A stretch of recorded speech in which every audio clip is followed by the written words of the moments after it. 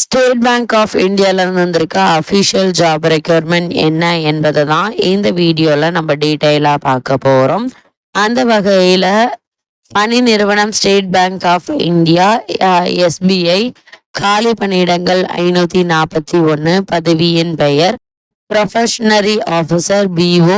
கல்வி தகுதி 30/9/2000 தேதியின்படி ஏதேனும் ஒரு பட்டப்படிப்பு படித்திருக்க வேண்டும். வயது 1/4/2025 அன்றைய தேதிப்படி 21 வயது குறைவாகவோ 30 வயதுக்கு அதிகமாகவோ இருக்கக்கூடாது. அதாவது 1/4/2004 பின்போ 2/4/1995 முன்போ